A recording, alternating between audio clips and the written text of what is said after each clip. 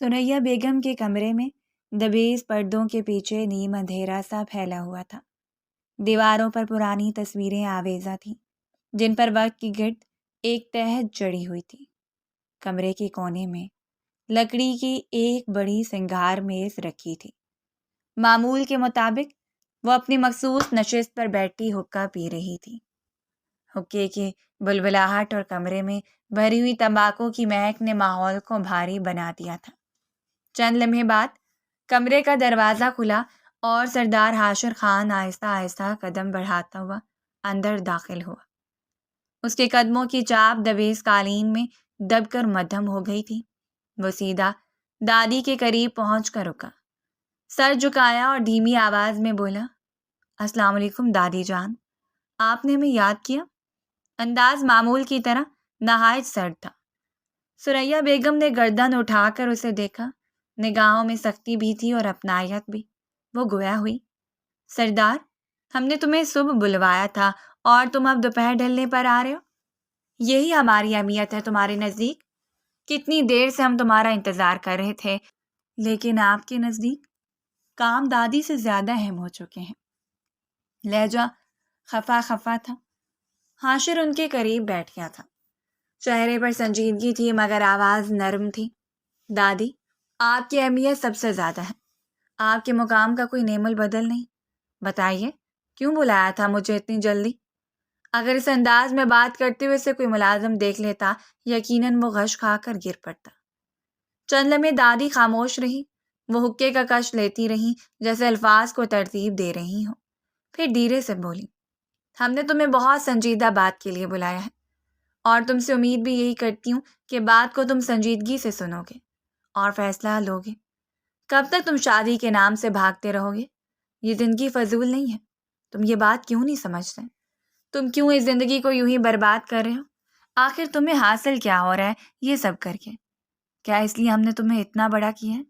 تمہاری ماں نے اس لیے اپنی جوانی تمہارے لیے برباد کی ہے کہ تم ایک فضول لڑکی کے لیے اپنی پوری زندگی تباہ کر دو، اس کی وجہ سے آگے ہی نہیں بڑھ پاؤ۔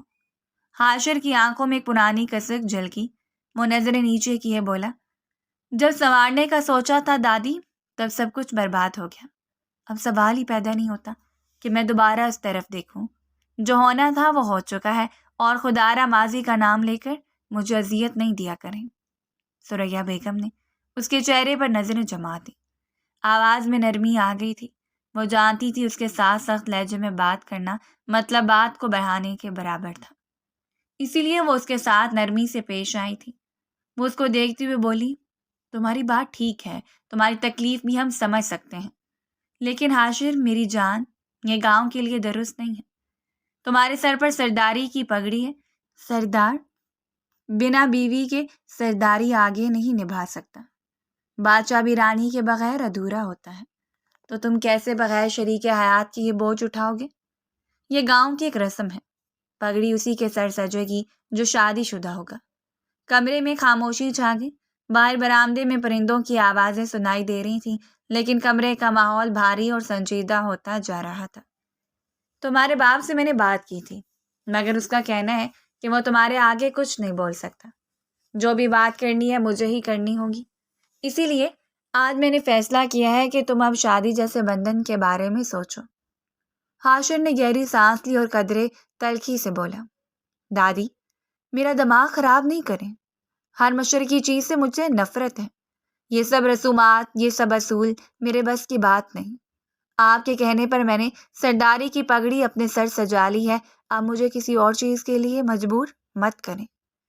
دادی نے ایک لمبا سانس لیا اور ہلکی سی مسکراہٹ کے ساتھ طنزیہ لہجے میں بولی، تو پھر کسی مغربی لڑکی سے شادی کر لو۔ ہمارے پاس خدا کا دیا سب کچھ ہے، کوئی بھی تمہارے نام پر ہاں کر دے گی۔ اوپر سے تم پڑھے لکھے ہو، تمہیں رشتہ ڈھونڈنے میں دیر نہیں لگے گی، اور ہمارے لندن وغیرہ میں تعلقات بھی ہیں۔ دیکھو، شادی تمہیں کرنی ہی ہے، وہ مغربی لڑکی ہو یا مشرقی، تمہیں فیصلہ لینا ہی پڑے گا۔ یہ بات سن کر حاشر کچھ لمحے کے لیے خاموش رہا۔ بات کی نزاکت اس کو اچھی طرح سمجھ آ رہی تھی۔ دادی کے الفاظ اس کے دل پر چبھ بھی رہے تھے مگر وہ جواب دینے سے ہچکچا رہا تھا۔ جانتا تھا جواب دے کر وہ بری طرح الجھ جائے گا۔ آخر کار وہ نظریں دادی کی طرف اٹھا کر دھیرے سے بولا، میں سوچ کر بتاؤں گا، فی الحال آپ مجھے اس بات سے تنگ نہیں کریں۔ گاؤں کے پہلے ہی کچھ مسائل ہیں جن میں اٹکا ہوا ہوں، پلیز مجھے انہیں مسائل کو حل کرنے دیں، اس معاملے پر ہم بعد میں بحث کریں گے۔ دادی نے حقے کا کش لیا، دھواں فضا میں پھیل گیا تھا۔ وہ آہستگی سے بولی، یہ تنگ کرنے کی بات نہیں ہے بیٹا، یہ اصول ہے سرداری کا۔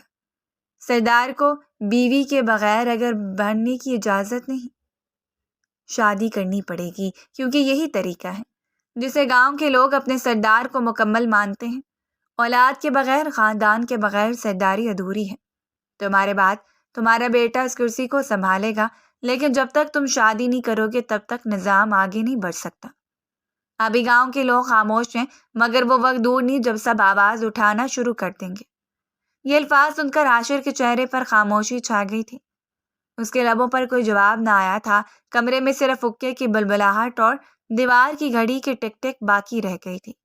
اس کی نظریں فرش پر جمی رہیں، جیسے وہ خود کو ہی اندر کسی فیصلے کے بوجھ تلے دبا ہوا محسوس کر رہا ہو۔ کچھ دیر وہ وہیں بیٹھا رہا تھا اور پھر عجیب کیفیت ہونے پر خاموشی سے اٹھ کر اپنے کمرے کی طرف بڑھ گیا تھا۔ ارادہ اب آرام کرنے کا تھا، حالانکہ ڈیرے پر اس کا انتظار کیا جا رہا تھا، لیکن وہ باتوں سے اتنا پریشان ہو گیا تھا کہ اس نے آرام کو ہی فوقیت دی تھی۔ دوسری جانب کچن میں تیز روشنی جل رہی تھی۔ کڑاہی میں تیل کی چنچناہٹ اور کبابوں کی خوشبو نے پورے کچن کو مہکا رکھا تھا۔ 12 دری نما کھڑکی کے پاس رکھی ہری سبزیوں کی ٹوکری اور چمکتی ہوئی اسٹیل کے برتنوں کی قطار ایک گھریلو منظر کو مکمل کر رہی تھی۔ 18 سالہ میرب نازک ہاتھوں سے کباب پلٹ رہی تھی۔ تیل کے چھینٹے کبھی کبھی اس کے ہاتھ کو چھوتے تو وہ ہنستے ہوئے ذرا پیچھے ہٹ جاتی۔ چہرے پر ایک خاص قسم کی تازگی اور معصوم سی لالی نمایاں تھی۔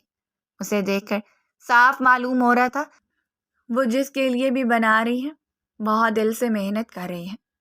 اسی وقت چھڑی کی ٹک ٹک سنائی دی۔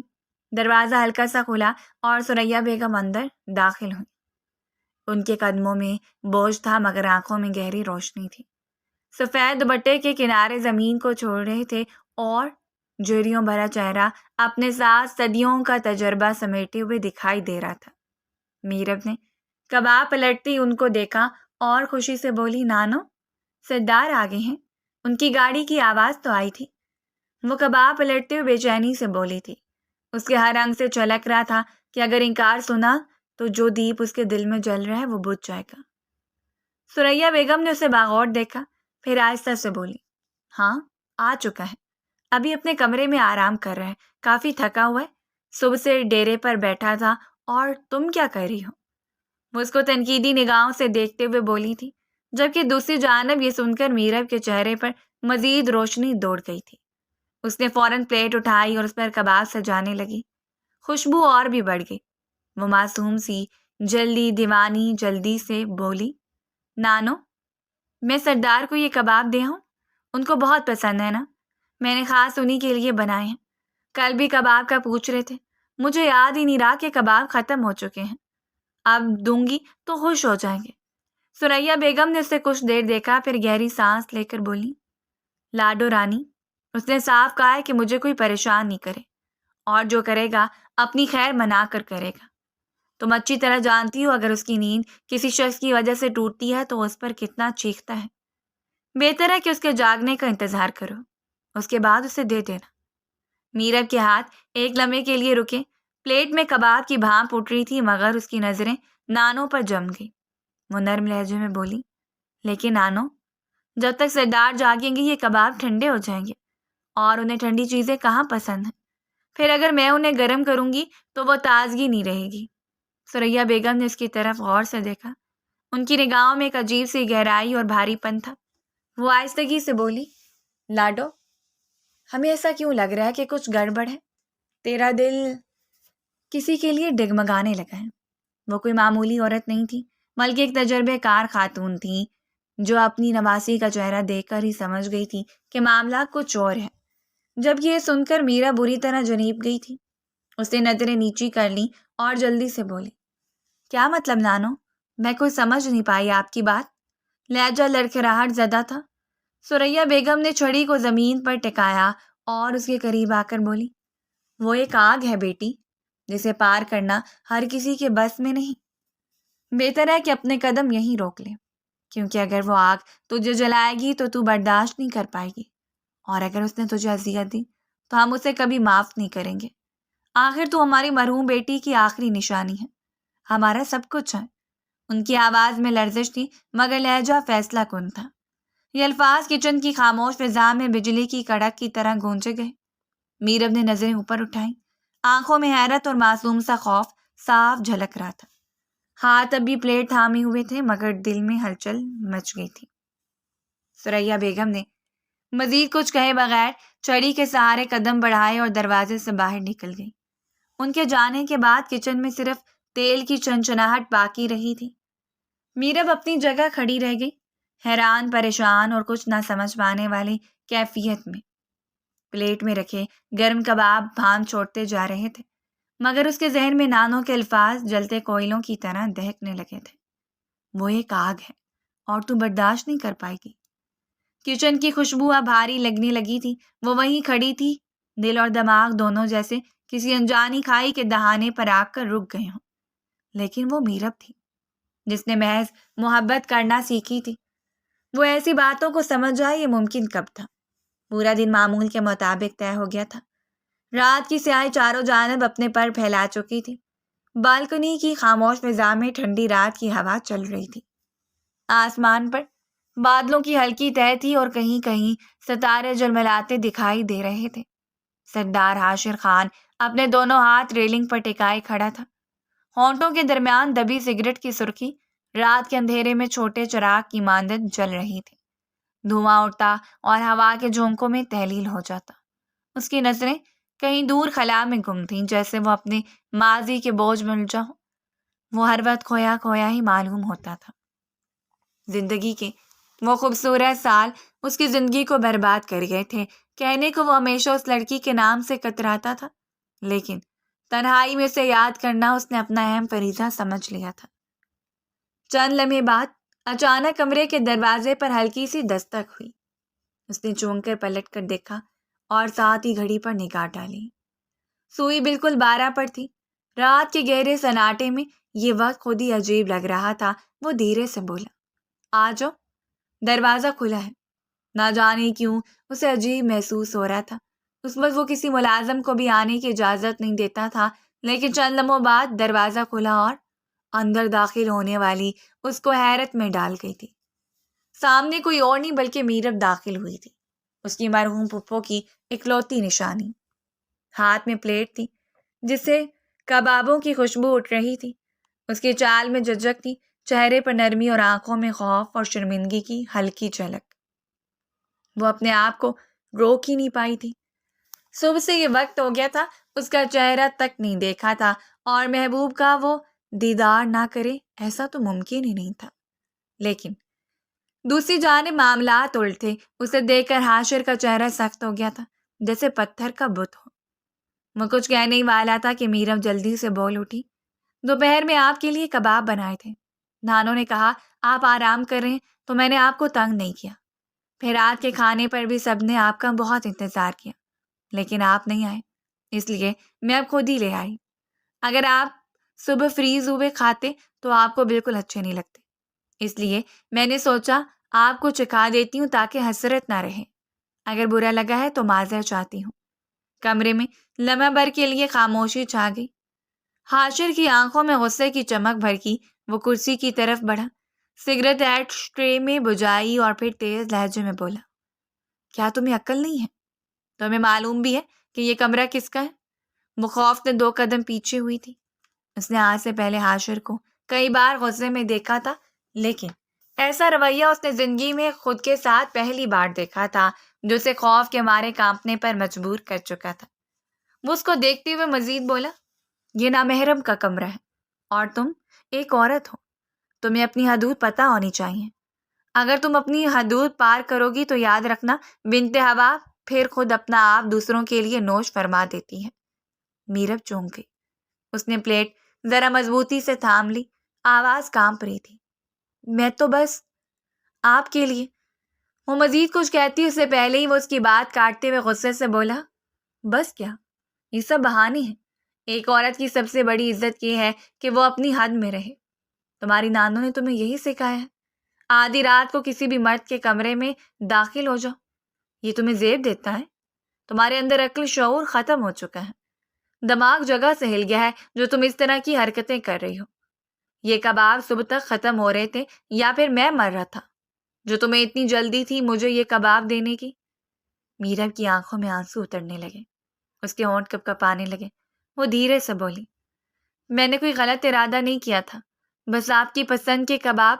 وہ اپنی بات مکمل کرتی اس سے پہلے ہی حاشر نے سختی سے ہاتھ کا اشارہ کیا اور اسے دیکھتے ہوئے بولا، کباب، مجھے تمہاری کسی چیز کی ضرورت نہیں ہے۔ آئی بات سمجھ؟ آئندہ کے بعد میرے لیے کچھ بنانے کی زحمت مت کرنا، اپنی حد میں رہا کرو۔ عورت کی سب سے بڑی خوبصورتی یہی ہے کہ وہ خود کو قابو میں رکھے۔ یہ حرکتیں تمہیں کہیں کا نہیں چھوڑیں گی۔ یاد رکھنا، آج میں تمہارے سامنے مرد کی صورت کھڑا ہوا ہوں، اگر تمہاری یہ عادت تبدیل نہیں ہوئی، کل تم کسی اور مرد کے ساتھ اس طرح کھڑی ہو جاؤ گی۔ جاب کرنا کوئی گناہ نہیں ہے، مگر اسے سنبھالنا اور اپنی عزت کو ہمیشہ برقرار رکھنا یہ اہم ہے۔ میرب کے ہاتھ کانپنے لگے، پلیٹ میں رکھے کباب جیسے اپنی خوشبو کھو بیٹھے تھے۔ وہ ایک لمحے کے لیے زمین پر نظریں جمائے کھڑی رہی، آنکھوں سے بہتے آنسو گالوں پر بہنے لگے۔ وہ لڑکتی ہوئی آواز میں بولی، میں معذرت چاہتی ہوں سردار، آئندہ ایسا نہیں ہوگا۔ حاشر نے رخ موڑ لیا، اس کے چہرے پر کوئی نرمی نہیں آئی تھی، آنکھیں سخت تھیں، لہجہ برف سے بھی ٹھنڈا۔ اس کو آج سمجھانا بے حد ضروری تھا۔ اگر وہ اس وقت اس کے کمرے میں آ سکتی تھی تو وہ بلا ججا کسی کے بھی کمرے میں جا سکتی تھی جو اسے ناگوار تھا۔ اس کے ساتھ کوئی مضبوط رشتہ نہیں تھا، مگر وہ اس کے گھر کی ذمہ داری تھی اور وہ اپنی ذمہ داریوں سے بھاگنے والا مرد نہیں تھا۔ وہ سرد لہجے میں بولا، بہتر ہے اب جاؤ، اور یہ یاد رکھو تمہارے لیے یہی عزت ہے کہ اپنی جگہ پر رہو، اور اگر تم نے حدود پار کرنے کی کوشش کی تو مجھ سے برا کوئی نہیں ہوگا۔ میرب نے پلٹ کر دروازے کی طرف قدم بڑھائے۔ پلیٹ ابھی تک ہاتھ میں تھی، مگر کباب کی خوشبو اب اس کے دل کے زخم کو مزید بھڑکا رہی تھی۔ دروازے تک پہنچتے پہنچتے اس کی آنکھوں سے آنسو ٹپک کر فرش پر گرنے لگے۔ اس نے چپ چاپ دروازہ کھولا اور باہر نکل گئی۔ کمرے میں دوبارہ خاموشی چھا گئی تھی۔ حاشر نے کھڑکی سے باہر اندھیری رات کو دیکھا، دور کہیں کتے کے بھونکنے کی آواز آ رہی تھی۔ سگریٹ کا بھجا ہوا ٹکڑا ایش ٹرے میں دھیرے دھیرے سلگ رہا تھا اور اس کی راکھ کمرے کی سیاہ فضا میں تحلیل ہو رہی تھی۔ اگلی صبح کا سورج پوری آب و تاب سے روشن ہوا تھا۔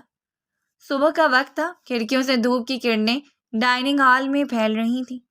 لمبی میز پر سفید میز پوش بچھا ہوا تھا، اس پر ناشتہ سجا ہوا تھا۔ چائے کے برتن، پراٹھے، انڈے، شہد اور مکھن کی خوشبو ماحول کو بھرتی جا رہی تھی۔ کمرے کے بیچوں بیچ رکھے فانوس کی روشنی اب دن کی روشنی میں مدھم سی لگ رہی تھی۔ سربراہی کرسی پر ثریا بیگم اپنے وقار بھرے انداز میں بیٹھی تھی۔ ان کی دائیں طرف ان کا بڑا بیٹا احسان خان موجود تھا، باوقار مگر چہرے پر ہلکی سی سختی نمایاں تھی۔ ان کے برابر میں ان کی بیگم راستہ آرام سے بیٹھی تھی، ہاتھ میں کپ تھامے خاموشی سے ناشتہ دیکھ رہی تھی۔ ماحول میں ایک عجیب سا انتظار پھیلا ہوا تھا، سب کے سب خاموش تھے جیسے کسی اقامت کے منتظر ہوں۔ چند لمحوں کے بعد قدموں کی چاپ سنائی دی، دروازہ کھلا اور سردار حاشر خان اندر داخل ہوا۔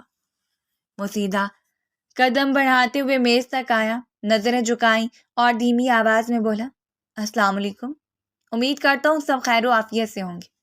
یہ کہتے اس نے کرسی کھینچی اور بیٹھ گیا تھا۔ انداز نہایت رعبدار تھا، اسے دیکھ کر معلوم ہوتا تھا کہ پگڑی اسی کے سر سجنی چاہیے تھی، وہ پگڑی پہننے کا حقدار تھا۔ احسان خان نے اسے غور سے دیکھا اور سخت لہجے میں بولا، حاشر، وقت کی پابندی کیا ہوتی ہے کبھی سوچا؟ تم ایک ذمہ دار کرسی پر بیٹھے ہو، یہ معمولی بات نہیں ہے۔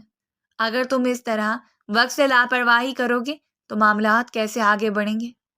ہم مسلسل 15 منٹ سے تمہارا انتظار کر رہے ہیں، اماں بھی کافی دیر سے یہاں بیٹھی ہیں، یہ کہاں کا طور طریقے ہیں؟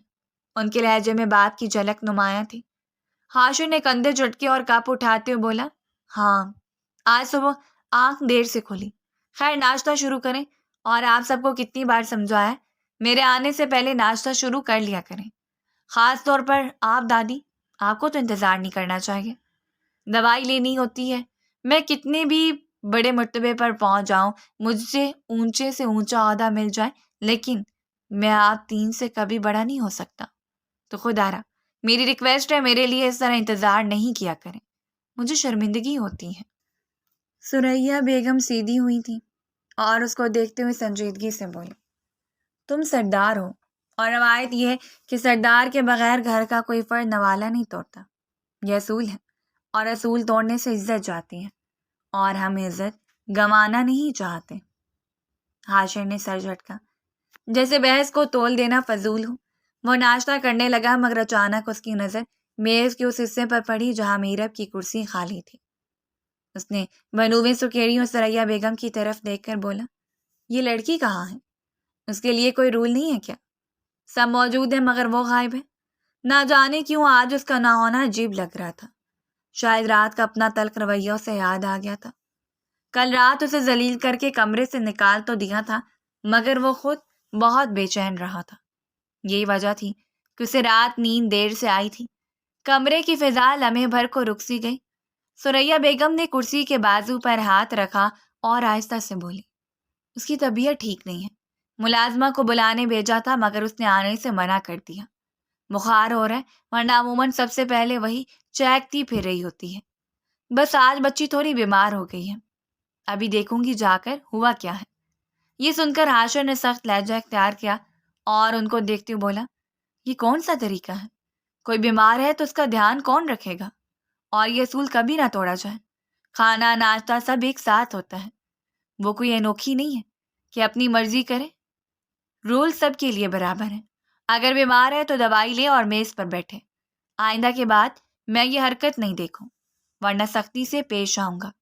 احسان خان نے فوراً مداخلت کی اور بولے، حاشر وہ بیمار ہے، تمہیں نرمی دکھانی چاہیے، ہر معاملے میں سختی ضروری نہیں۔ ایک دن کا ناشتہ اگر اس نے چھوڑ دیا تو کیا قیامت آ جائے گی؟ اور ویسے بھی جب اس کی طبیعت ٹھیک ہوتی ہے پورا ناشتہ اکیلی ہاتھ سے بناتی ہے اور ایک پاؤں پر کھڑے ہو کر ہمیں کرواتی ہے۔ آج کے دن رائے دے دینے میں کوئی حرج نہیں ہے۔ حاشر نے باپ کی طرف دیکھا، آنکھوں میں ایک جمی ہوئی سختی کے ساتھ بولا، بابا آپ اس معاملے میں بولنے سے گریز کریں، سرداری کا اصول اصول ہوتا ہے، اگر آج ایک نے اپنی جگہ چھوڑ دی تو کل دوسرا بھی یہی کرے گا، پھر یہ گھر رہتا ہے نہ نظام۔ دادی آپ سمجھا دینا اس کو، بیمار ہے تب بھی حاضری لگائے، وہ گھر کی سب سے چھوٹی ہے، اس پہ لازم ہے کہ وہ گھر کے اصولوں پر غور کرے۔ راشدہ بیگم نے نظریں نیچی کر لی، ثریا بیگم خاموشی سے حاشر کو دیکھتی رہی۔ احسان خان نے مزید کچھ کہنا چاہا مگر حاشر نے ہاتھ اٹھا کر بات روک دی۔ یہ آخری بار ہے کہ میں یہ کہہ رہا ہوں، آئندہ چاہے کوئی بھی ہو، دوپہر کا کھانا، رات کا کھانا اور صبح کا ناشتہ سب ایک ساتھ ہوں گے، کسی کے لیے کوئی رعایت نہیں۔ وہ عموماً کبھی اس طرح برتاؤ نہیں کرتا تھا، اس کو کوئی فرق نہیں پڑتا تھا کہ ناشتے کی میز پر کون ہے اور کون نہیں، مگر رات کی تلخی کی وجہ سے وہ آج تھوڑا پریشان ہو رہا تھا۔ کمرے میں خاموشی گہری ہو گئی تھی، صرف برتنوں کی کھنک باقی رہ گئی۔ سب نے ایک دوسرے کی طرف دیکھا مگر کسی نے مزید کچھ نہ بولا تھا۔ حاشر نے سر جھکا کر ناشتہ جاری رکھا اور باقی سب مجبوری کے عالم میں اس کے ساتھ شامل ہو گئے تھے۔ میز پر ہر شے موجود تھی مگر فضا میں ایک انجانی کشیدگی تیر رہی تھی، جیسے سب دل ہی دل میں میرب کی خالی کرسی کو محسوس کر رہے ہوں۔ وقت دھیرے دھیرے گزرتا جا رہا تھا، کمرے کی کھڑکی کے پردے آدھے کھلے تھے، ہلکی سی دھوپ اندر آ رہی تھی مگر کمرے کا ماحول بوجھل سا تھا۔ بستر کے کنارے پر وہ چپ چاپ بیٹھی تھی، ہاتھوں کو آپس میں جکڑے ہوئے، جیسے کوئی سوال بار بار دل میں سر اٹھا رہا ہو مگر جواب نہ مل رہا ہو۔ اس کے چہرے پر تھکن اور آنکھوں میں رات بھر کے جاگنے کے آثار صاف جھلک رہے تھے۔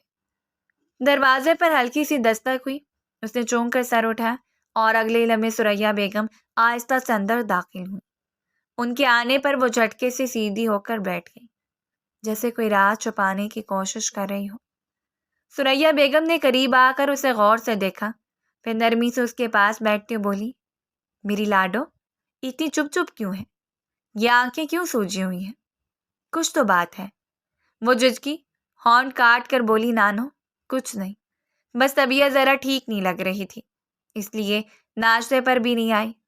ثریا بیگم نے نرمی سے اس کے ہاتھ پر اپنا ہاتھ رکھا اور بولی، طبیعت کی بات مت کرو، میں اپنی نواسی کو اچھی طرح پہچانتی ہوں، کچھ ہے جو تم دل میں چھپا رہی ہو۔ سچ بتاؤ، کل رات تم سردار کے کمرے میں گئی تھی نا؟ یہ سوال سنتے ہی وہ لمحہ بھر کو سن ہو گئی، جیسے زبان پر الفاظ آ کر رک گئے ہوں۔ خاموشی نے کمرے کو اور بوجھل بنا دیا تھا، لیکن پھر اچانک اس کی آنکھوں میں آنسو اترنے لگے۔ وہ تیزی سے ان کے گلے لگ گئی اور ہچکیوں کے درمیان بولی، نانو وہ مجھے کیوں نہیں دیکھتے؟ انہیں میری محبت نظر کیوں نہیں آتی؟ میں ان سے کتنی محبت کرتی ہوں، میں انہیں ٹوٹ کر چاہتی ہوں، پھر بھی وہ مجھے دیکھتے تک نہیں۔ ثریا بیگم نے اس کے سر پر ہاتھ پھیرتے اسے پرسکون کرنے کی کوشش کی۔ میری بچی، مردوں کا دل یوں نہیں جیتا جاتا کہ ان کے پیچھے گھوما جائے یا ہر وقت ان کی توجہ مانگی جائے۔ یہ تمہاری معصومیت ہے، لیکن حقیقت الگ ہے، اور پھر تمہیں سمجھنا ہوگا وہ دل پہلے ہی ایک مشرقی لڑکی کے دلاسوں اور دھوکے سے زخمی ہے۔ ایسا زخم بھرنے میں وقت لگتا ہے۔ وہ سسکتے ہوئے سر اٹھا کر بولی، مگر نانو میں ان کے بغیر نہیں رہ سکتی۔ جب سے میں نے ہوش سنبھالا ہے میں نے دل انہی کے نام کیا ہے۔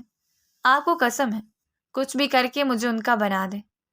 ثریا بیگم نے گہری سانس لی، ان کی آنکھوں میں فکر اور بے بسی کی لکیر کھنچ گئی۔ وہ جانتی تھیں کہ یہ ضد آسانی سے نہیں ٹوٹنے والی۔ وہ نرمی سے سمجھانے لگی، بیٹا پیار زبردستی نہیں ملتا، اور یہ ضد تمہیں اور بھی کمزور کر دے گی۔ مرد کے دل کو جیتنے کے لیے صبر اور کردار چاہیے، نہ کہ ضد اور آنسو۔ مگر وہ اور زیادہ رو دی۔ نانو میں نہیں مانتی یہ سب، آپ کو مجھ سے وعدہ کرنا ہوگا کہ آپ مجھے ان کو دلائیں گی۔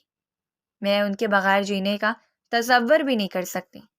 آپ جانتی ہیں نا میں ان سے کتنی محبت کرتی ہوں۔ ثریا بیگم اس کے آنسو پوچھتے ہوئے آہستگی سے بولی، میری گڑیا میں جھوٹا وعدہ نہیں کر سکتی، یہ معاملہ وقت اور نصیب پر ہے۔ وہ زور سے ان کے ہاتھ پکڑ کر لڑکتی آواز میں بولی، نانو میں آپ کے قدموں میں گر جاؤں گی، مگر آپ وعدہ کریں، آپ ہی تو ہیں جن پر میرا بھروسہ ہے۔ اگر آپ نے میرا ساتھ نہیں دیا تو میرا دل ٹوٹ جائے گا، اور پھر شاید میں کبھی سنبھل نہیں سکوں۔ اس کی حالت دیکھ کر ثریا بیگم کی آنکھیں بھی نم ہو گئیں۔ دل تو ان کا بھی نرم تھا، مگر عقل کہہ رہی تھی کہ یہ آنکھ خطرناک ہے۔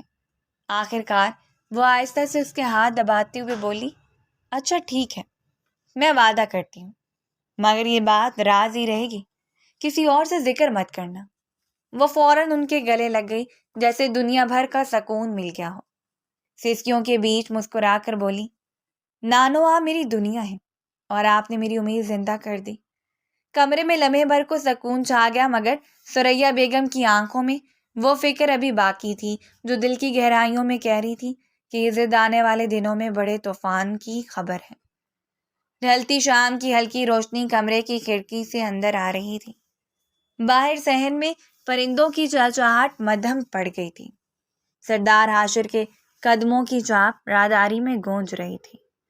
وہ دن بھر کے کام کا بہانہ بنا کر آج معمول سے پہلے لوٹ آیا تھا، مگر اصل وجہ صبح میرم کا ڈائننگ ٹیبل پر نہ ہونا اور رات کی بدمزگی تھی جو بار بار اس کے ذہن میں اٹک رہی تھی۔ کچن میں وہ نظر نہیں آئی، گارڈن بھی خالی تھا۔ لاشعوری طور پر اس کے قدم اس کے کمرے کی طرف بڑھ گئے۔ دروازے پر دستک دی تو اندر سے بیزار سی آواز آئی، آ جاؤ، دروازہ کھلا ہے۔ وہ ہلکا سا گلا صاف کرتا ہوا اندر داخل ہوا۔ کمرے میں ہلکی مدھم روشنی تھی۔ بستر پر وہ بے دلی سے لیٹی ہوئی تھی۔ جیسے ہی اس نے اسے دیکھا فوراً سیدھی ہو کر بیٹھ گئی۔ دونوں کے درمیان ایک لمحے کو خاموشی چھا گئی۔ سردار حاشر نے اسے بغور دیکھا اور قدرے سخت لہجے میں بولا، کیا حال بنایا ہوا ہے؟ طبیعت کو ہوا کیا ہے؟ وہ نظریں جھکا کر مدھم آواز میں بولی، بس ہلکا سا بخار ہے، کوئی بڑی بات نہیں۔ وہ بھڑک گیا، یہ بڑی بات نہیں ہے؟ اپنی صحت کا خیال کیوں نہیں رکھتی تم؟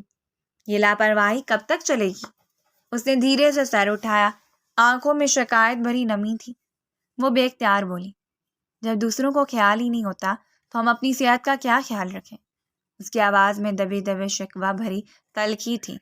حاشر تیور بدل کر سختی سے بولا، میرب، تم 18 سال کی ہو، اب بچی نہیں ہو جو ہر وقت ضد اور لاپرواہی دکھاؤ۔ اپنی حرکتوں پر غور کرو، اور ایک بات یاد رکھو، آئندہ کے بعد کسی مرد کے کمرے میں مغرب کے بعد قدم نہیں رکھنا، اور ہو سکے تو جایا ہی نہ کرو۔ میں بھی تمہارے لیے غیر مرد ہوں۔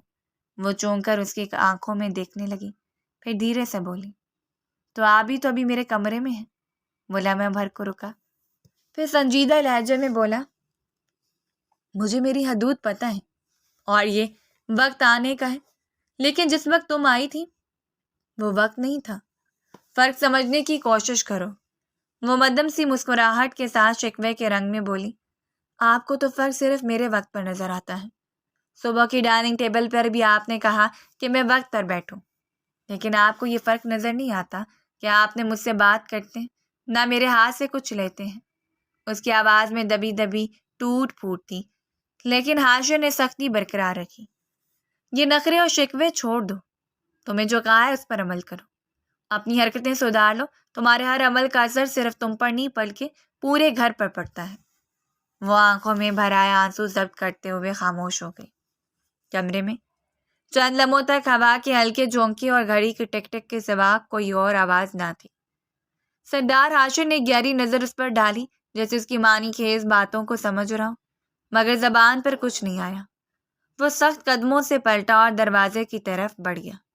جاتے جاتے بس اتنا بولا، اگلی بار شکایت نہ ہو، ورنہ سن لو گی مجھ سے۔ ٹھیک ٹھاک۔ دروازہ بند ہوتے ہی کمرہ پھر خاموشی میں ڈوب گیا۔ وہ بستر پر بیٹھے بیٹھے آنکھیں میچ کر رہ گئی۔ آنسو گالوں پر بہہ نکلے، مگر ہونٹوں پر وہی بے بسی کی مسکراہٹ تھی، جیسے اسے معلوم تھا کہ اس کے شکوے دل تک پہنچتے ضرور ہیں مگر لبوں سے کبھی جواب نہیں پائیں گے۔ دوپہر کا وقت تھا۔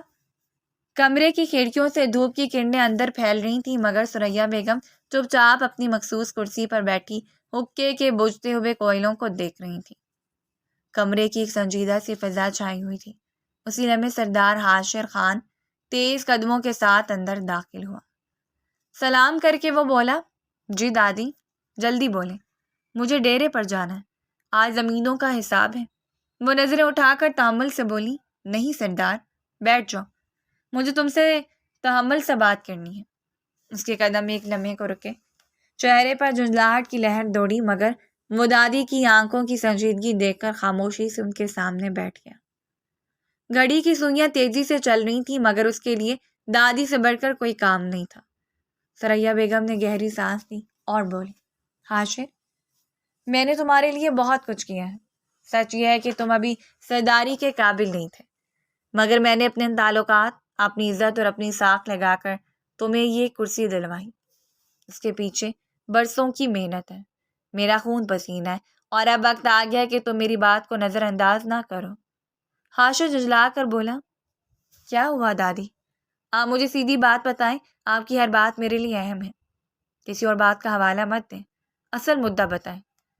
وہ سیدھی اس کی آنکھوں میں دیکھنے لگی، تم جانتے ہو تمہارے مرحوم پھپھو مرنے سے پہلے اپنی بیٹی کو میری امانت بنا کر گئی تھی۔ میرا میری لاڈلی ہے، میری جان ہے، میں اس کے ہر آنسو کی قیمت جانتی ہوں، اور تمہیں بھی معلوم ہے کہ میں نے اس کی پرورش اپنی بیٹی کی طرح کی ہے۔ اب وقت آ گیا ہے کہ تم اس ذمہ داری کو قبول کرو۔ وہ چونک کر بولا، کیا مطلب ہے آپ کا؟ ثریا بیگم مضبوط لہجے میں بولی، میرا مطلب صاف ہے حاشر، میں چاہتی ہوں تم میرب سے شادی کر لو۔ یہ نہ صرف میری خواہش ہے بلکہ میرے دل کا بوجھ بھی ہلکا ہوگا۔ کمرے میں چند لمحوں تک خاموشی چھا گئی۔ حاشر نے سر جھٹکا اور پھر تحمل سے بولا، دادی، میں کسی مشرقی لڑکی سے شادی نہیں کروں گا، آپ اس خیال کو دماغ سے نکال دیں، اور ویسے بھی وہ مجھ سے بہت چھوٹی ہے، ابھی اس کے پڑھنے لکھنے کی عمر ہے، کھیلنے کودنے کی عمر ہے، جب وقت آئے گا میں خود ایک اچھے لڑکے سے اس کی شادی کروا دوں گا۔ دادی کی آنکھوں میں نمی ابھر آئی، وہ بھاری آواز میں بولی، حاشر، مجھے ٹالنے کی کوشش مت کرو، یہ صرف میرب کا سوال نہیں ہے، یہ میرے دل کی بات ہے۔ میں نے تمہیں سردار بنایا اور اب میں چاہتی ہوں کہ تم یہ امانت بھی نبھاؤ۔ وہ تیزی سے بولا، دادی، خدا کے لیے، مجھے کسی میں کوئی دلچسپی نہیں ہے، اور خاص کر اس میں تو بالکل نہیں، وہ مجھے اچھی نہیں لگتی، آپ مجھے پریشان مت کریں۔ دادی آہستہ سے بولی، بیٹا یہ صرف تمہاری خواہش کا معاملہ نہیں ہے، یہ ایک امانت ہے، تمہاری پھپھو کی آخری وصیت ہے۔ میں تمہیں قسم دیتی ہوں، اپنی دعاؤں کی، اپنے خون کی، اپنی پرورش کی۔ حاشر نے ایک لمحے کے لیے آنکھیں بند کی، جیسے دل میں کچھ چبھا ہو، مگر فوراً سختی سے بولا، دادی آپ جو مرضی کہیں، لیکن میں فیصلہ کر چکا ہوں، مجھے یہ بات دوبارہ نہ سنائیں۔ آپ نے میری زندگی میں بہت احسانات کیے ہیں، مگر اس معاملے میں آپ کی بات نہیں مان سکتا۔ یہ کہہ کر وہ اٹھا اور تیز قدموں سے کمرے سے باہر نکل گیا۔ دروازے کے پاس سے ایک دبلا سا سایہ خاموش کھڑا تھا۔ میرب جس کے ہاتھوں میں پانی کا گلاس ترترا رہا تھا، اس نے ساری گفتگو سن لی تھی۔ آنکھوں میں آنسو، دل میں طوفان لیے وہ خاموشی سے پلٹ گئی۔ وقت دھیرے دھیرے گزرتا جا رہا تھا، کمرے کی فضا بھاری اور ساکت تھی۔ میرب کھڑکی کے قریب کھڑی تھی، آنکھوں سے آنسو مسلسل بہہ رہے تھے۔ دل کسی تیز دھار چھری کی طرح کٹ رہا تھا۔ جس شخص کو اس نے اپنی سانسوں سے زیادہ چاہا، جسے اپنی دعاؤں میں مانگا، وہ اس کو پسند ہی نہیں کرتا تھا۔ یہ حقیقت اس کے وجود کو توڑ رہی تھی۔ وہ کپ کپاتے ہاتھوں سے میز پر رکھی فروٹ باسکٹ کے قریب گئی۔ ایک لمحے کی الجھن اور دوسرے لمحے میں اس نے چھری تھام کر اپنی کلائی پر رکھ لی۔ سانسیں تیز چل رہی تھیں، دل کانپ رہا تھا۔ ابھی وہ حرکت کرنے والی تھی کہ کمرے کا دروازہ زور سے کھلا اور اگلے لمحے حاشر اندر داخل ہوا۔ چہرے پر یکایک حیرت آئی تھی۔ اس کے قدم رکے نہیں، وہ بجلی کسی تیز رفتار سے آگے بڑھا اور جھپٹ کر اس کے ہاتھ سے چھری چھین کر ایک طرف پھینک دی۔ غصے سے اس کی آنکھیں انگارہ ہو رہی تھیں۔ اسی لمحے اس نے ایک زوردار تھپڑ اس کے منہ پر رسید کیا۔ یہ کیا بےہودگی ہے؟ اس کی آواز کمرے کی دیواروں سے ٹکرا گئی۔ پاگل ہو گئی ہو؟ اپنی جان لینے چلی تھی؟ یہ کیا حرکت ہے، بتاؤ مجھے۔ میرا پھوٹ پھوٹ کر روتی ہوئی بولی، ہاں یہ ہے بےہودگی، اور میں ایسا ہی کروں گی، بلکہ میں خود کو مار ڈالوں گی۔ وہ دھاڑا، کیوں؟ کیا ہوا ہے؟ کیوں پاگل پن کر رہی ہو؟ میرب نے آنکھوں کے آنسو صاف کیے، مگر ہچکیاں رکی نہیں تھیں۔ کیونکہ میں آپ سے محبت کرتی ہوں۔ میں آپ کے بغیر زندہ نہیں رہ سکتی۔ میں آپ کو نہیں چھوڑ سکتی، کبھی نہیں۔ میں کوئی بچی نہیں ہوں، میں 18 سال کی ہوں، میں جانتی ہوں کہ محبت کیا ہوتی ہے۔ حاشر کا لہجہ سرد اور کڑوا تھا۔ محبت؟ یہ محبت نہیں، ضد ہے، اور تم میری زندگی سے کھیل رہی ہو۔ تمہیں میرے پاس کچھ نہیں ملے گا۔ وہ اور بھی شدت سے بولی، مجھے سب مل جائے گا۔ جب عورت محبت کرتی ہے تو وہ اپنا آپ اپنے مرد پر نچھاور کر دیتی ہے اور اس کے دل کو جیت لیتی ہے۔ میں بھی یہ سب کروں گی، پلیز مجھ سے شادی کر لیں، میں مر جاؤں گی آپ کے بغیر۔ حاشر نے غصے سے موٹیاں بھینچ لیں۔ میرب، میں تمہیں پسند نہیں کرتا، صاف سن لو، تمہارے ساتھ میرا کوئی تعلق نہیں ہے۔ تم بہت چھوٹی ہو میرب، زمین پر بیٹھتے ہوئے روتے روتے بولی۔ میں نہیں مانتی، میں نے اپنی زندگی کے خواب آپ کے ساتھ دیکھے ہیں، میں آپ کو کھو نہیں سکتی۔ آپ اگر مجھے ٹکرا دیں گے تو میں سانس لینا چھوڑ دوں گی، آپ کو میری لاش دیکھنی پڑے گی۔ حاشر نے اسے چند لمحے تک سخت نظروں سے دیکھا، پھر آہستہ سے سر جھٹک کر بولا، میرب، تم اپنی ضد و دیوانگی سے مجھے مجبور کر رہی ہو۔ ٹھیک ہے، اگر تمہیں یہی چاہیے تو میں شادی کے لیے ہاں کر دیتا ہوں۔ میرب کی آنکھوں میں آنسوؤں کے ساتھ چمک ابھری۔ وہ لرزتی آواز میں بولی، سچ؟ آپ راضی ہو گے؟ حاشر نے کروا سا کہکا مارا، ہاں، لیکن سن لو، تمہیں یہ سودا بہت مہنگا پڑے گا۔ تم اس فیصلے کی قیمت اپنی پوری زندگی چکاؤ گی۔ تم سمجھتی ہو کہ تم نے مجھے جیت لیا ہے؟ نہیں، یہ تمہارے لیے قید ہوگی، ایک ایسی قید جس کا ہر لمحہ یاد رکھو گی۔ یہ کہہ کر وہ تیزی سے پلٹ گیا اور دروازہ دھڑام سے بند کر کے باہر نکل گیا تھا۔ پیچھے میرب زمین پر بیٹھی تھی، ہاتھ لرز رہے تھے، آنکھوں سے آنسو بہہ رہے تھے، مگر لبوں پر ہلکی سی مسکراہٹ آ گئی تھی۔ اس نے آسمان کی طرف دیکھ کر شکر ادا کیا، جیسے اسے اپنی منزل مل گئی ہو۔ دل نے کہا، اب وہ میرا ہے، چاہے کیسے بھی، مگر میرا ہے۔ وقت دھیرے دھیرے گزرتا جا رہا تھا۔ 2 ہفتے بعد اس کی کوششیں ناکام نہیں ٹھہری تھیں۔ آج نکاح کا دن بھی آن پہنچا تھا۔ بے شک سردار کا نکاح تھا، لیکن اس نے سختی سے کہہ دیا تھا کہ میرا نکاح سادگی سے ہوگا، اس لیے گاؤں کے کچھ معزز لوگوں کے درمیان اس کا نکاح میرب سے کروا دیا گیا تھا۔ وہ اب اپنے شوہر کے کمرے میں موجود تھی۔ کمرے میں نرم پیلی روشنی بکھری ہوئی تھی. دیواروں پر جھلملاتی ہوئی چھوٹی چھوٹی بتیاں اپنی الگ ہی فضا بنا رہی تھیں. سرخ اور سنہری پھولوں سے سجی ہوئی سیج کے بیچ وہ دلہن بنی بیٹھی تھی. آنکھوں میں خوشی کی نمی، دل میں خوابوں کی گونج اور ہاتھوں میں مہندی کی خوشبو. کبھی وہ اپنے دوپٹے کے پلو سے کھیلنے لگتی، کبھی نظریں جھکا کر مسکرا دیتی.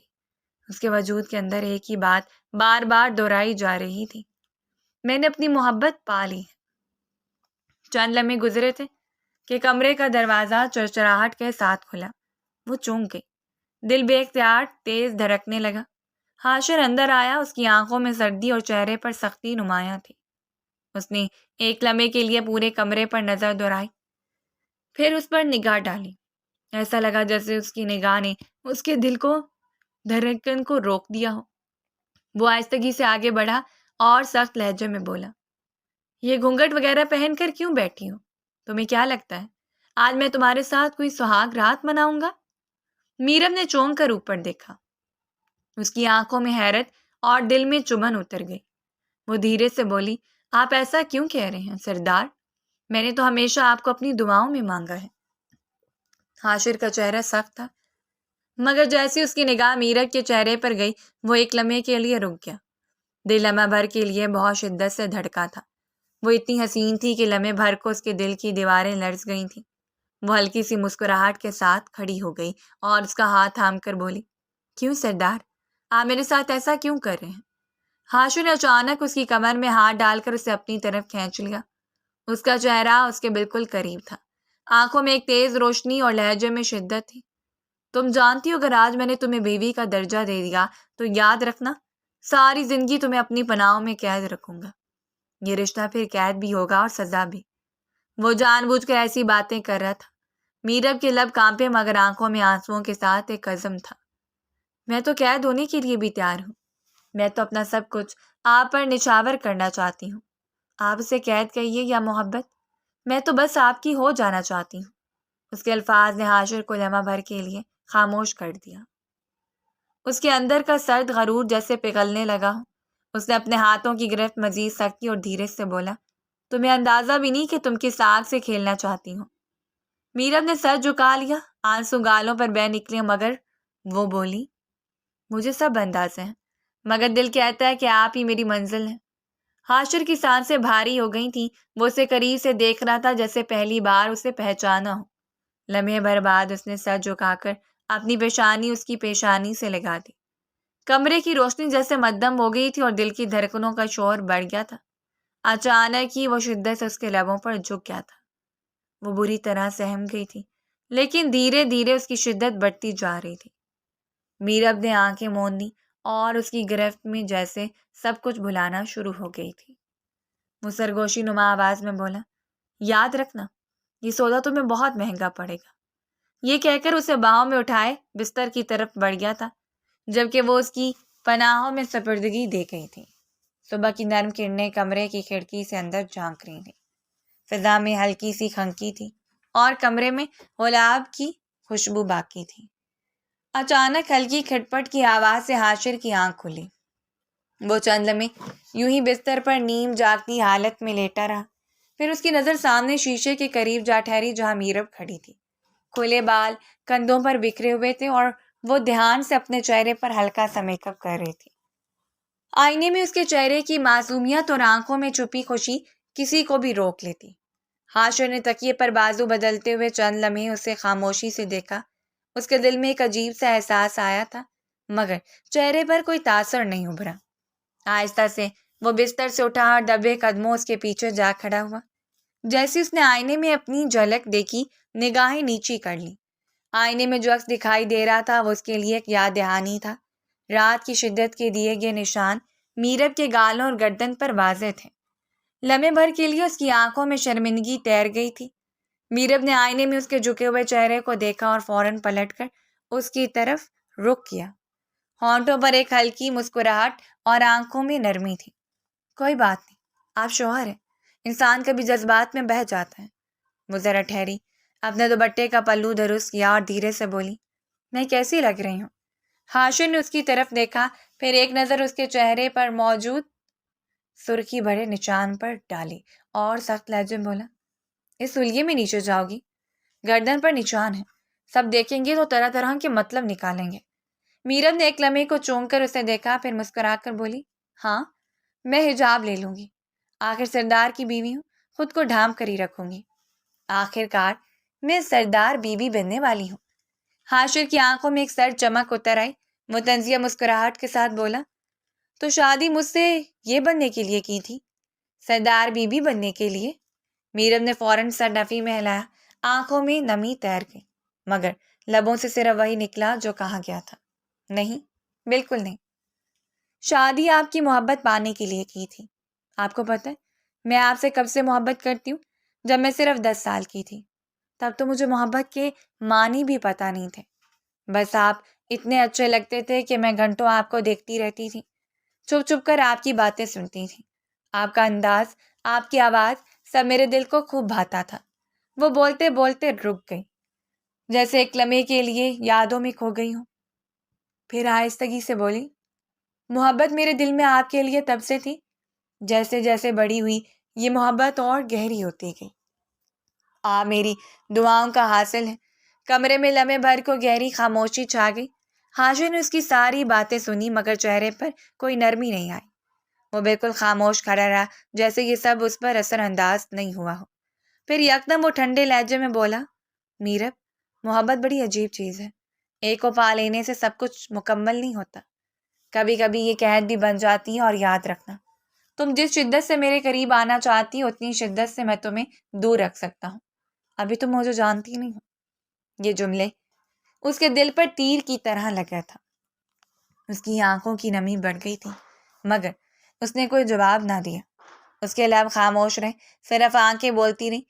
وہ نظریں جھکا کر ایک طرف ہٹ گئی، دوپٹے کا پلو مضبوطی سے تھام لیا گیا تھا۔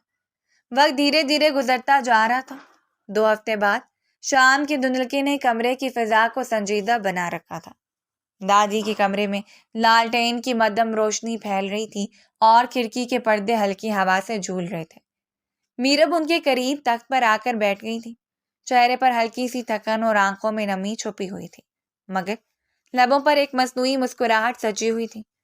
دادی نے اس کے چہرے کو بغور دیکھا اور پھر نرمی سے سوال کیا، لاڈو، تمہاری شادی شدہ زندگی کیسی چل رہی ہے؟ حاشر تمہارے ساتھ اچھا سلوک کرتا ہے نا؟ کوئی بدتمیزی تو نہیں کرتا؟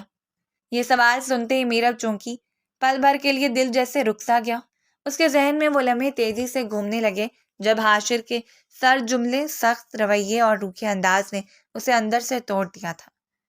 دل چاہا سب کچھ کہہ دے، مگر اگلے لمحے اس نے اپنی پلکیں جھپکیں اور لبوں پر مصنوعی اعتماد لے آئی، جی نانو، میں تو بہت خوش ہوں، وہ میرا بہت خیال رکھتے ہیں۔ اس نے الفاظ کہتے ہوئے سر جھکا لیا تھا تاکہ دادی اس کی آنکھوں میں چھپی سچائی نہ دیکھ سکے۔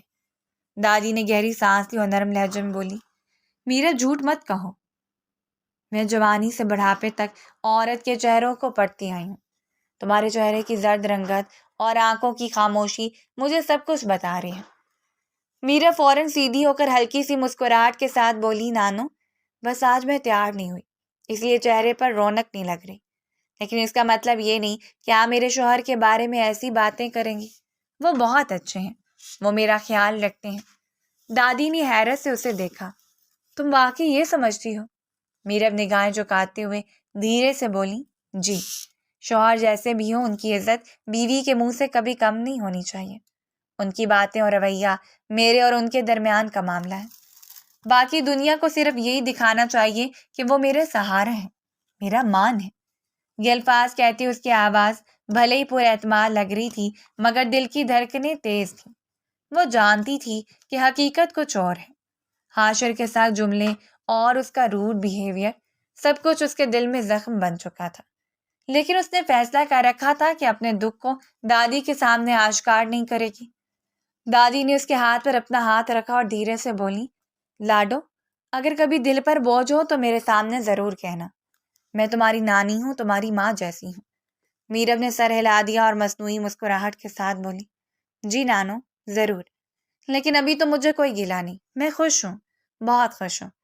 کمرے میں خاموشی چھا گئی تھی، لیکن وہ اس بات سے بے خبر تھی کہ کمرے کے دروازے کے قریب حاشر کھڑا تھا۔ وہ جیسے ہی کمرے میں داخل ہونے والا تھا، میرب کی باتوں نے اسے روک دیا تھا۔ اس کے قدم جیسے زمین میں گڑ گئے تھے۔ وہ ایسی تھی، اس نے سوچا بھی نہیں تھا۔ ان 2 ہفتوں کے درمیان اس نے اس کو دنیا جہاں کی تکلیف دی تھی، اپنی اذیت بھری باتوں سے اس کو جینا محال کر دیا تھا۔ لیکن وہ اس کے برعکس اس کی کتنی تعریفیں کر رہی تھی۔ یعنی وہ اپنے رشتوں کو ہر شخص سے چھپا رہی تھی، اس کی پردہ پوشی کر رہی تھی۔ آج پہلی بار اس کا دل میرب کے لیے زور زور سے دھڑکنے لگا تھا۔ رات کی سیاہی چاروں جانب پھیلتی جا رہی تھی، کمرے کی خاموشی میں جیسے ہوا بھی رکی ہوئی تھی۔ وہ دبے قدموں سے اندر داخل ہوا تو اس کی نظر سب سے پہلے اس پر پڑی جو صوفے پر بیٹھی اپنے خیالوں میں کہیں کھوئی ہوئی تھی۔ مدھم روشنی میں اس کا چہرہ جیسے شفاف آئینے کی طرح جھلک رہا تھا۔ وہ آہستہ آہستہ چلتے اس کے قریب آیا اور بنا کچھ کہے اس کے برابر بیٹھ گیا۔ وہ چونکی اور فوراً اٹھنے لگی، جیسے رسم اور ذمہ داری کے تحت اس کو پانی دینا چاہتی ہے، مگر اس نے نرمی سے اس کا ہاتھ تھام لیا۔ وہ حرکت کرتے کرتے رک گئی۔ بیٹھو، وہ دھیمے مگر سنجیدہ لہجے میں بولا۔ تم نے دادی سے جھوٹ کیوں بولا؟ جب وہ تم سے پوچھ رہی تھی کہ تمہاری زندگی میں کیا چل رہا ہے تو تم نے حقیقت کیوں چھپائی؟ وہ لمحے بھر کے لیے خاموش رہی، نظریں جھکا لیں جیسے دل میں کچھ تول رہی ہو، پھر آہستہ آہستہ اس کی طرف دیکھتے ہوئے بولی، کیونکہ میں اپنے شوہر کی باتوں کا پردہ رکھنا چاہتی ہوں۔ اللہ تعالیٰ فرماتے ہیں کہ جو میاں بیوی ایک دوسرے کا پردہ رکھتے ہیں وہی اصل میں اچھے میاں بیوی ہوتے ہیں۔ کمرے میں پھر سکوت پھیل گیا۔ وہ کچھ دیر اسے دیکھتا رہا، پھر بڑھتے ہوئے گوا ہوا۔ اتنی محبت کرتی ہو مجھ سے؟ اس کی آنکھوں میں عجیب سی روشنی جھلکی۔ وہ نرمی سے بولی، اپنی جان سے زیادہ محبت کرتی ہوں۔ محبت کا کوئی نعم البدل نہیں ہوتا۔ وہ ایک لمحہ مسکرایا، مگر پھر جیسے دل کا بوجھ زبان پر آ گیا۔ تمہیں پتہ ہے میں مشرق کی لڑکیوں سے کیوں چڑھتا ہوں؟ اس نے آہستہ سا سر نفی میں ہلایا۔ شاید اس گھر میں کسی نے تمہیں کبھی بتایا نہیں، لیکن جب میں شہر پڑھنے گیا تھا تب میری زندگی میں ایک لڑکی آئی تھی، بالکل مشرقی، پردے والی، شرمیلی، مگر وہ دھوکے باز نکلی۔ میرے پیسوں کے لیے میرے قریب آئی، میرے جذبات سے کھیلا اور پھر چھوڑ گئی۔ اسی دن میں نے فیصلہ کیا تھا کہ کبھی مشرق کی کسی لڑکی سے شادی نہیں کروں گا۔ وہ سنتے ہی ساکت رہ گئی، آنکھوں میں دکھ اور حیرت کے ملے جلے تاثرات ابھر آئے تھے۔ وہ آہستہ سے بولا، لیکن مجھے اندازہ ہی نہیں تھا کہ مشرق کی لڑکیاں تم جیسی بھی ہوتی ہیں، جو اپنی محبت میں سچی، اپنے رشتوں میں مضبوط اور اپنی عزت میں بے مثال ہو۔ اس کے لہجے میں پہلی بار نرمی اور اپنائیت تھی۔ جب سے تم میری زندگی میں آئی ہو میرا نظریہ بدل گیا ہے۔ اب مجھے سمجھ آنے لگا ہے کہ 5 انگلیاں برابر نہیں ہوتی، سب ایک جیسے نہیں ہوتے۔ اس نے اس کی آنکھوں میں دیکھا اور مزید بولا، جب میں نے تمہیں شادی کی رات پہلی بار دیکھا تھا اسی پل تم پر دل ہار بیٹھا تھا، مگر میں نے فیصلہ کیا کہ دیکھوں گا تم کہاں تک اپنے امتحان پر قائم رہتی ہو۔ میں چاہتا تھا تمہارا حوصلہ جانچوں، تمہاری سچائی کو پرکھوں، اور آج جب تم نے دادوں کے سامنے میرا دفاع کیا تو دل خوشی سے بھر گیا۔ تم نے مجھے یہ یقین دلا دیا کہ تم میری زندگی کی سب سے بڑی نعمت ہو۔ یہ کہہ کر وہ آہستہ سے اس کے قریب آیا، اس کے کندھوں کو تھام کر اسے اپنی باہوں میں لیا۔ وہ چونکی نہیں، بس آنکھیں مون لی جیسے برسوں کی تھکن، دکھ اور امتحانات ایک پل میں ختم ہو گئے ہوں۔ اس نے اس کے ماتھے پر ہلکا سا بوسہ دیا اور سرگوشی کی۔ تم نے مجھے وہ سکون دیا جو شاید کسی اور سے ممکن نہیں ہوتا۔ آج کے بعد تمہیں کبھی یہ احساس نہیں ہونے دوں گا کہ تم اکیلی ہو۔ کمرے میں گھڑی کی ہلکی سی ٹک ٹک گونج رہی تھی، مگر ان دونوں کے لیے وقت تھم گیا تھا۔ خاموشی میں محبت کی خوشبو رچ بس گئی تھی، جیسے یہ لمحہ ہمیشہ کے لیے قید ہو گیا ہو۔ ایک ایسا لمحہ جس میں نہ دکھ تھا نہ فاصلہ، صرف ایک دوسرے کا وجود اور ایک دوسرے کی محبت۔